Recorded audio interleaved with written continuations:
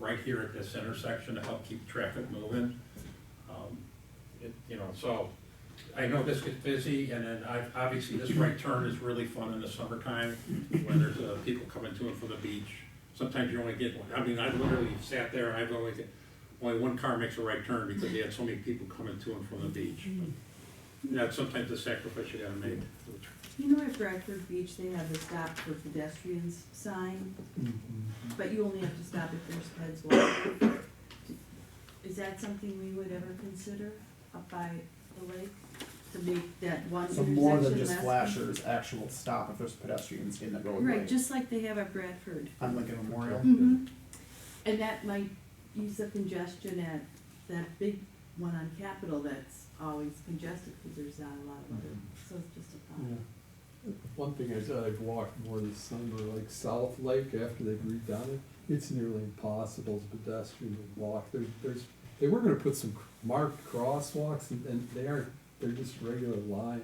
They would really need a couple lined with signs, this is a cross. I don't think there's. And that was part of our, so that's what we're talking about, Jarvis, that's but- what we're talking about, and we were talking about crosswalks in general. Right. There's a vast mixture of types of crosswalk Yeah. painting, Right. and where we're really wanting Yes. to do what we call the high visibility continental, which is the big thick bars, and make that consistent across the village. I mean, I know DPW in the lower volume, lower speed neighborhoods like to do the two lines, but we really want to try to make it all high visibility and consistent across the village, with the exception of where we have the paver ones, which, as long as we have the two white lines, we comply with the manual uniform traffic control devices, but they still serve the certain purposes. They stand out, they're visible, they're a contrast to whatever the pavement is there, whether it's concrete or asphalt, and do that. One more, we'll talk about pedestrians in another area is with the high school. We have 3 intersections right here that have 5 crosswalks, and students are crossing at all 5 locations, and it's just a lot of different spots for drivers to expect pedestrians at 5 different conflict points, and there really is no reason for that, in our opinion. And now, ideally, I would like to actually go down to 2, but I think realistically, we're gonna have to keep 3. Basically, the east leg of each intersection, we would keep that crosswalk. Now, this one here only has one on the east leg, but these 2 have west legs. We wanna get rid of those, because then that gets rid of the conflict with the left turns going eastbound to go northbound. The volumes are not necessarily that high for these 3 streets, but gets rid of that conflict, and basically, and adds some additional signage to help reemphasize that they're there, and there's not 5 places where the people can pop out, but only 3, and make them less of a conflict. Let's do the next one. We didn't spend too much time with the bus system, but here's the bus routes, and I'm not gonna go through each one for the red and blue and. I did mention this morning, I will put another plug in for, we have had requests from businesses in the Business Improvement District to move bus stops, and we've not responded to those requests based on waiting for the results of this. Our understanding is MCTS likes the bus stops far side at non-signalized intersections and near side at signalized intersections, and so the one that comes up the most is the one that's currently in front of what is now the Casa de Corazon daycare. It used to be in front of the Ruckus, which will become Hyatt Taco. That one has kind of flip-flopped back and forth over the past so many years.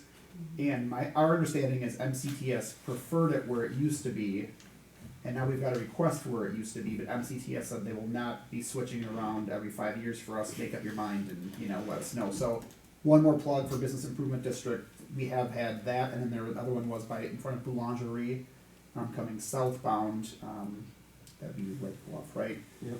Where, I think it actually is at the, signalized intersection, which is what they prefer, but those businesses have requested it be moved south, in front of the apartment building, which they don't want. Anyways, we get conflicting That's been. points that ask us to fix it, so just making sure that within the report it acknowledges what MCTS's preferences are, so that we can at least move on that. Okay. And if I got that flip-flopped, please look into it, but I think I did send over their policy statement on that, so. A very definitive statement of what they prefer. They have definite preference of where it is, and I think we went counter to that last time, and they said, if you're gonna do that, we're not gonna move it ever again, and now here we are 5 years later going, okay, we reconsider that, so. We've all been community. So Moving anyways, on to the next. Yes. But that's the evolution of the business district, though, Correct. not, Yeah, not, those not public business. opinion, you know, that's driving that.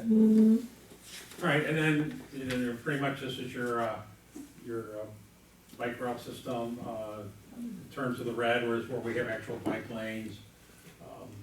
Green are bike routes, but that's just not they're on street, they're not necessarily separate lanes. But we talked a bit in the report and showed an example of the bike boulevards, for Murray and Kensington. We're definitely in favor of those, and we gave some examples of how those can be done in terms of, you know, basically you wanna slow the traffic down, you want to provide some, deterrence, traffic calming to help them make it more compatible with the bikes, and, have traffic be able to go through the village.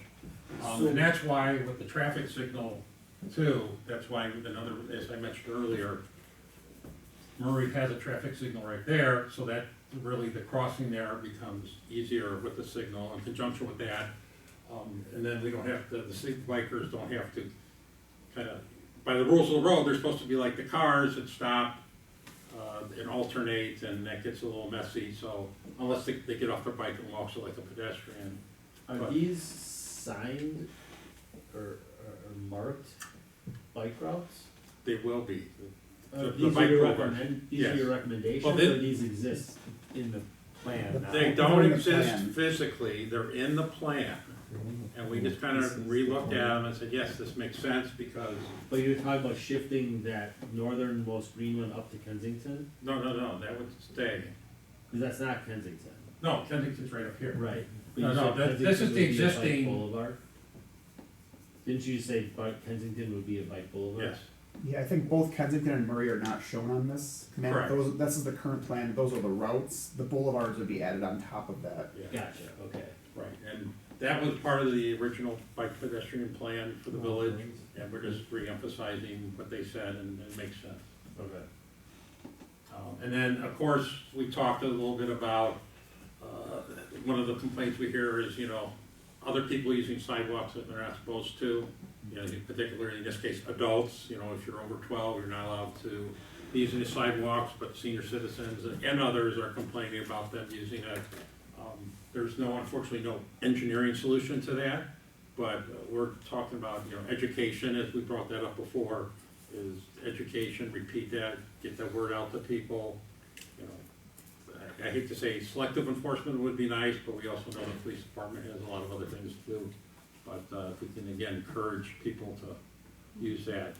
And I think maybe the bike boulevard will also help that too, because it'll make them feel safer.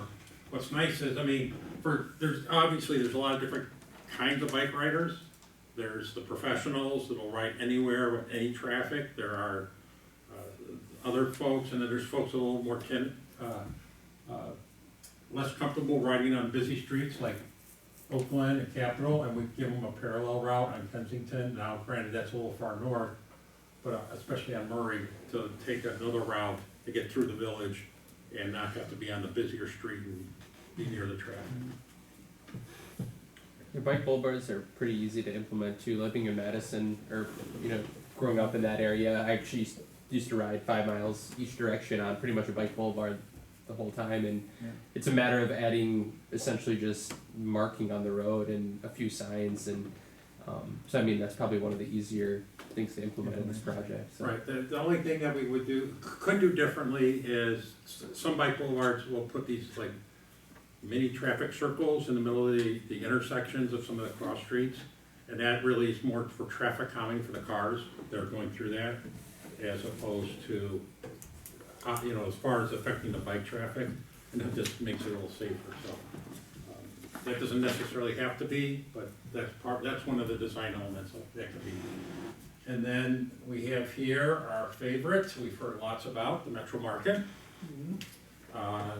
We've come up with several different recommendations. One recommendation, as you can clearly see here and to there, there's this black abyss.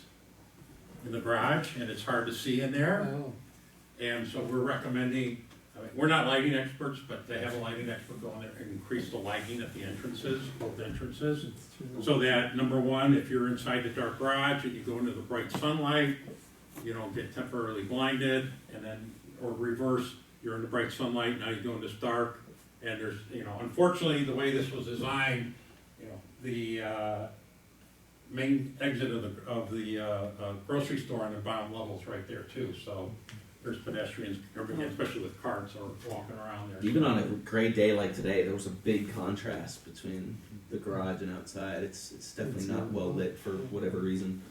In sidebar, we were asked to look at the functional design, the interior of the facility, and it is one way along the perimeter up the center, the spine, it's two-way.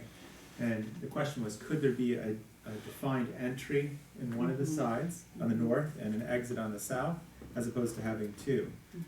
There are some, we try to mitigate where traffic crosses over in an unnatural way, and it could be done. It would be challenging, and there'd have to be some directional change within the garage to make sure that there aren't any, we aren't creating conflict points. Functionally, on the exterior, ingress, egress, it sounds practical. To enter on the north and exit on the south, but on the inside, it creates a whole new dynamic. Where people would have to circulate back to get out to the right exit. And, As well as get their car in the right spot to unload or load groceries or. and right now, the lanes are angled parking, so there would possibly have to be an adjustment to that for people to have access to go the opposite way to get to the exit on the first level. But I have to ask though, really, how many accidents have there been? Is this another perceived, or are we really counting? there are a lot of fish shakes we've Oh, seen I in there know. and other people. And, We've seen near misses ourselves, just. Oh, yeah, a lot of but, misses. but you're right, like how many actual, it is, you have to move cautiously in there. You but- do, but really, I have not heard numbers. In So Lorraine, many near misses. Don't coming get me out of the wrong. ramp or in the? Either way, Oh, pedestrians walking out Oh, into yeah. the parking lot, anything. An Cars implementable coming solution is to improve lighting in the That- facility. And we have owners that will paint the interior walls white, paint the ceiling white, for better reflection of the light, better feeling of passive security. Right. There are ways to do that without, adjusting the physical structure. That's a fixed piece that we have to work with. So how do we maximize it? And lighting transition is important. In Florida, they use awnings to kind of shade the light a little bit and create a gradual. Here, awnings, I think Bart loves awnings. You have a favorite one on the north side? Oh. Awnings. So the next step was, along with safety, is to improve visibility, Yeah. because there's been a number of complaints, and one thing is, at both entrances, they got these planters. They've already got plans at the north one, I did check, they haven't done it yet, they're gonna cut those down and back, as well as make some adjustments here. The other thing we talked about was, kind of right here and over, is they put product out there. Like one day we were out there, they were putting flowers out for sale. Sometimes they stacked up pretty high. They gotta keep that down for visibility. So improve visibility, and then, so people can see and make the right factors. And then that's where one problem we have is just north of the garage entrance, we have this, it looks like a right turn lane. It's not striped that, it's just widened out. It's basically, here's the Divvy Bites, and then here's this kind of wide Where the area. fire trucks always parked. Oh, I know, but is that what it's for? Is it just a fire lane? I have found no evidence or documentation of why it was Because when designed that, that way. funny story, when Metro Market first opened, it was the first week. My wife ran inside, and I stopped there to just wait for her, because there was no markings or anything. And a police officer pulled up behind me, put his lights on, got out of his car, and was like, "Move!" And I'm like, "Move where? Like, why? What? Yeah. Am I in a? Are you like, violating am I- something? Yeah, am I causing a problem?" And he's like, "You gotta get out of here." I'm like, Okay.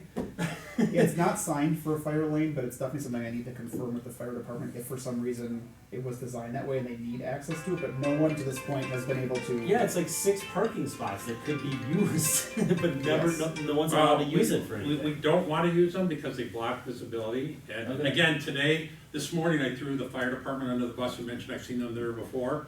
After we broke up our meeting this morning, I went out there was the fire truck Oh, again. yeah, I mean, I know what you're doing. Yeah, they're all- So- They gotta eat. Yeah. Guys gotta eat. Well, but it's not just them, this summer I saw school buses parked there, there's vehicles Oh, that's unloading. And this is the worst part to put it because most of the people coming out of this entrance are turning right. And so they gotta look north to judge where traffic's coming. These definitely block it, they inch in and out, trying to find the right spot. But more importantly, they're looking to make a right, so they're looking this way, then they say, okay, I got a way to go, I start taking a right, and what do they hit? You know, right there is the crosswalk. And so that's where we get problems, on the streets are, with pedestrians, a lot of times you're looking one way, the pedestrian's coming the other way, and then you make your maneuver, it's not realizing they're there, and that's a potential for a crash. So one of our other major recommendations is actually to remove the north crosswalk for a couple reasons. Number one is, during busy times, this crosswalk is frequently blocked by people making a left turn into this garage. So it's just blocked when they're making the left turn and a vehicle or two is behind it. Number two, as I kind of mentioned, was the right turn, they're turning, all of a sudden there's a pedestrian in front of them, and they're really not in a position to see the flashing lights from making the right turn out. And then we have 2 crossing points here that are under those flashers, so it's a little confusing to drivers where to stop. I mean, you're supposed to stop short of both of them. And then the other thing, we looked at some of the pedestrian counts. The main pedestrian activity at this intersection is people are crossing the north lane.